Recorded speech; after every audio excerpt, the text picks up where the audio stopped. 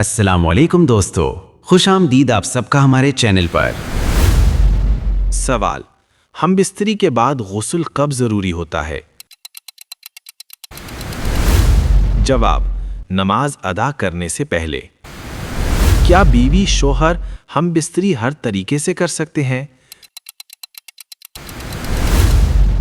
جی ہاں، ہر طریقہ جائز ہے، لیکن دخول صرف آگے والی شرمگاہ سے ہی جائز ہے، پاخانے والی جگہ حرام ہے۔ اگر ہم بستری کے بعد سونا چاہیں تو کیا وضو کر کے سونا چاہیے؟ جواب: جی ہاں، ہم بستری کے بعد شرمگاہ دھو کر وضو کر کے سونا مسنون ہے۔ اگر ایک ہی رات میں ہم بستری دوبارہ کرنا چاہیں تو پھر؟ جواب: اگر دوبارہ ہم بستری کرنا چاہیں تو وضو کریں۔ سوال: کیا بیوی شوہر کی شہوت کو ابھارنے کے لیے شوہر کا عضو خاص سہلا سکتی ہے؟ جواب: جی ہاں، ایسا کر سکتی ہے، بس شرط یہ ہے کہ شریعت کے دائرے میں رہ کر ہو۔ سوال: ذہنی دباؤ انسان کی صحت پر کیا اثر ڈالتا ہے؟ جواب: مستقل ڈپریشن، کمزوری اور بے چینی کا سبب بنتا ہے۔ سوال: ازدواجی زندگی میں اعتدال کیوں ضروری ہے؟ جواب: کیونکہ زیادتی جسمانی تھکن اور کمزوری پیدا کرتی ہے۔ سوال: عورتیں عموماً کس وقت زیادہ ہم بستری پسند کرتی ہیں؟ جواب: پاکیزگی کے ایام کے بعد۔ سوال: نظر بد سے بچاؤ کے لیے کون سی سبزی مشہور ہے؟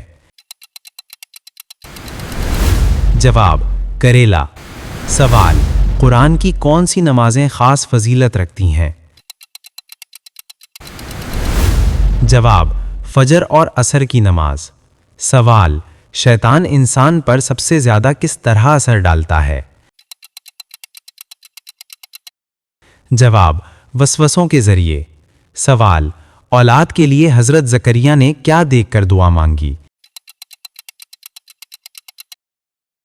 جواب: بے وقت پھل دیکھ کر۔ سوال: خوشگوار شادی کی بنیاد کیا ہے؟ جواب: باہمی عزت اور اعتماد۔ سوال: میاں بیوی میں محبت کیسے بڑھتی ہے؟ جواب: اچھے اخلاق اور نرم گفتگو سے۔ سوال: گھر کے جھگڑوں کا بہترین حل کیا ہے؟